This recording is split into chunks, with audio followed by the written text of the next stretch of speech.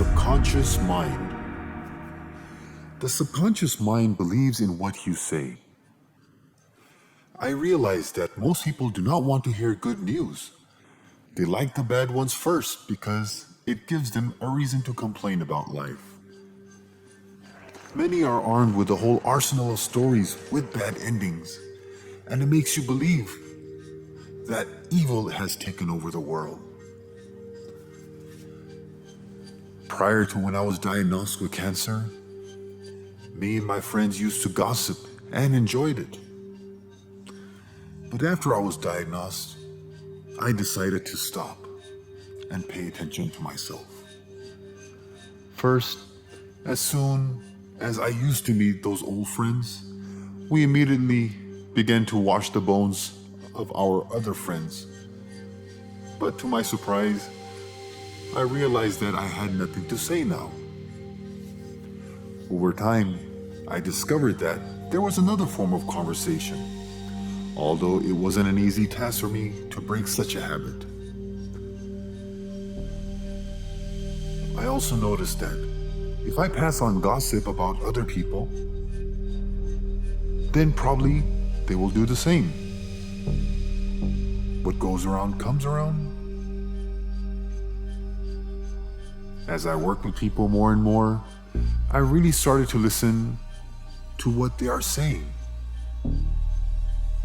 I began to distinguish between individual words and not just the general outline of the conversation.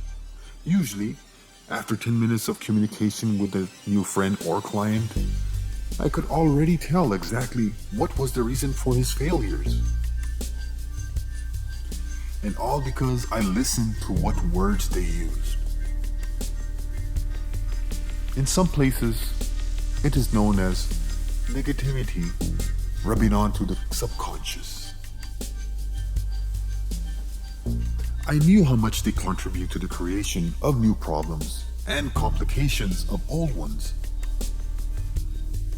If only these were mostly negative words, then you can imagine an internal dialogue.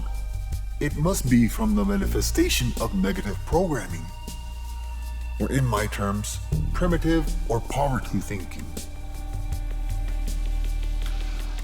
I would like to offer you a little exercise.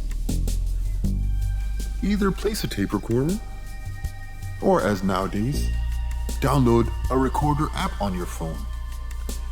And each time you receive a call, start recording. When the call ends, listen to how and what you are talking about. You will most likely be amazed. And after that, you will begin to listen to your voice. Follow its intonations. And of course, keep track of the words you use. You will begin to be conscious of it. When you find out you have repeated something 3 or more times, write it down. This is a reflection of some kind of your attitude. Some attitudes can be positive and work for you, but they may be a couple of negative attitudes that you come back to over and over again.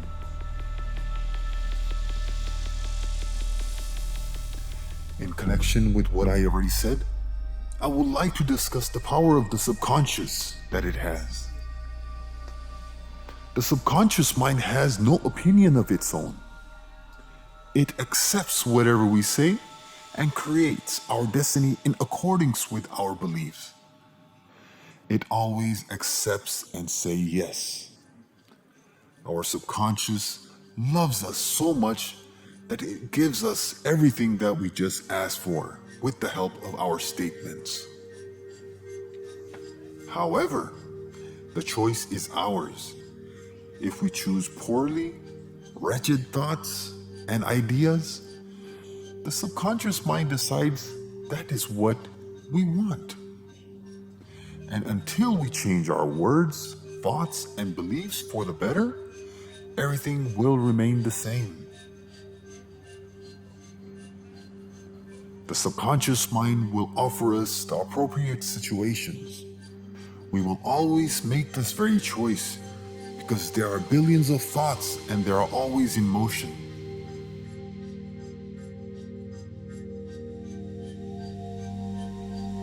And our subconscious minds cannot distinguish between truth and lies. So we should not humiliate ourselves.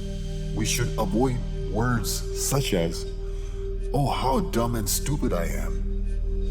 We know that the subconscious mind grasps everything on the fly. After a while, we will feel exactly old and stupid.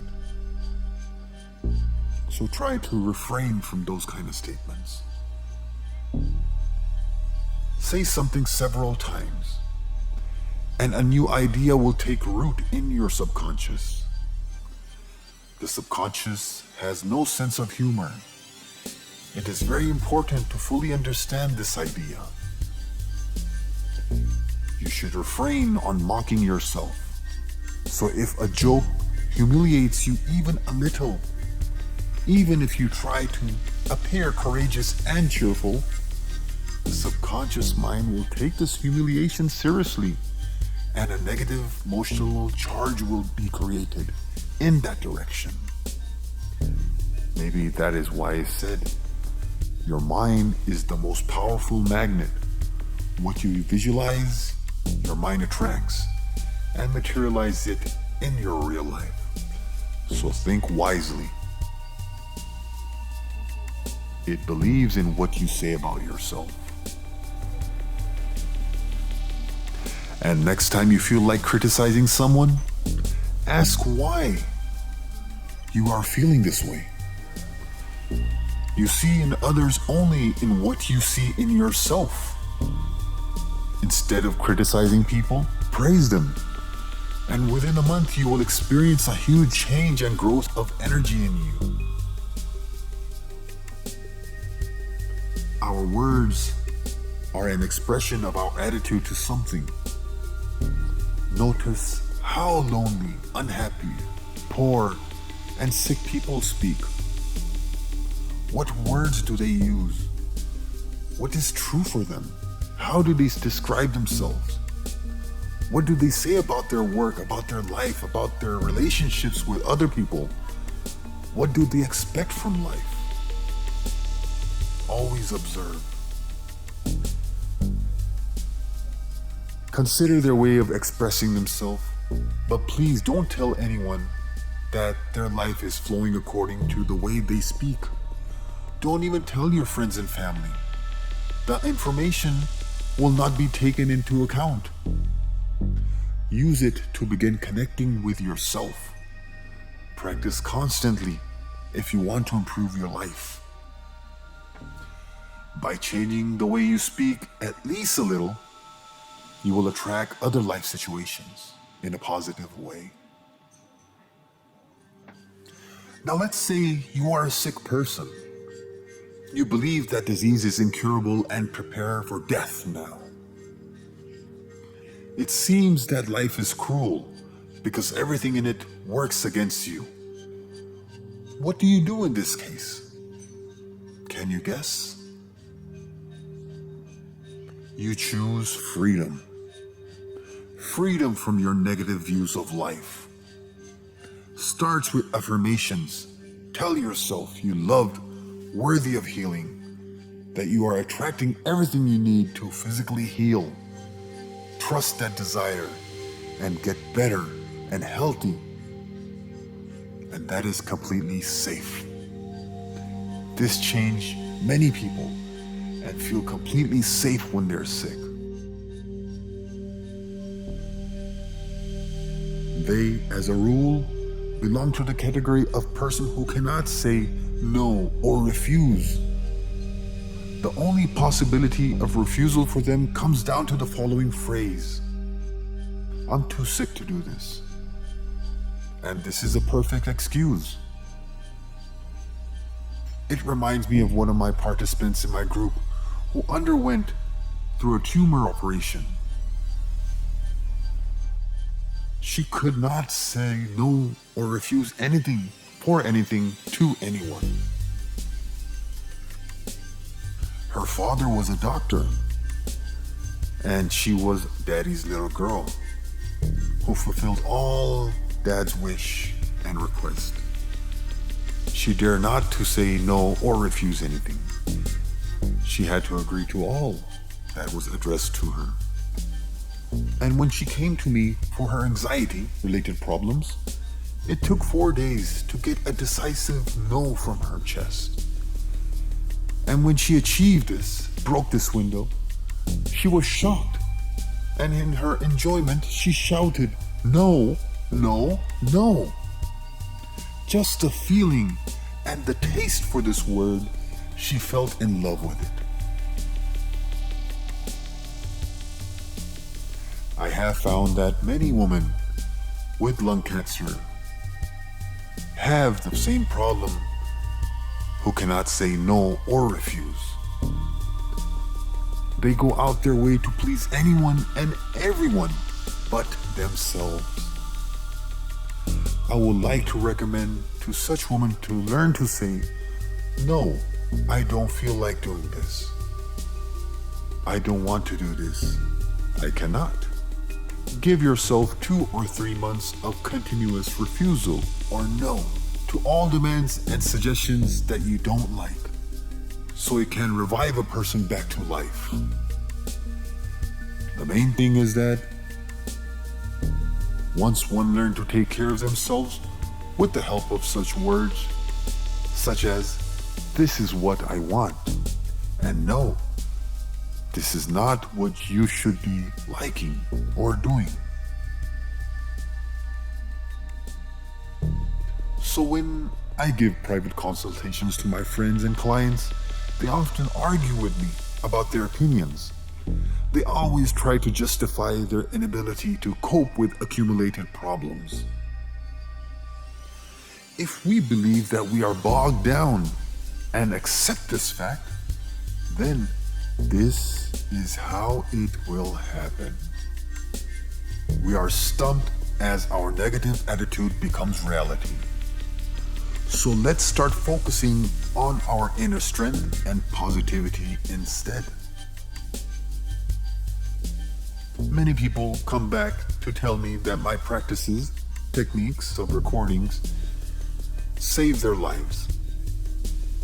I appreciate that, but I want you to understand that neither a book nor an app can save you. Only how you handle the information you receive can matter to you. I can give you lots of techniques, but only your reaction and action to them counts. I suggest that you listen to a recording course for a month or 2, just so that thoughts become familiar to you. Listen to my courses. I am no savior, but only the person who can make a difference in your life is yourself with the power of the Absolute. So, I cannot say more to this. I know I say this over and over, but I'm not afraid to repeat myself, that loving yourself is the most important thing you can do. Because by loving yourself, you cannot offend anyone, neither yourself nor anyone else. So, if I don't offend myself, I don't offend you, then where will be the conflict?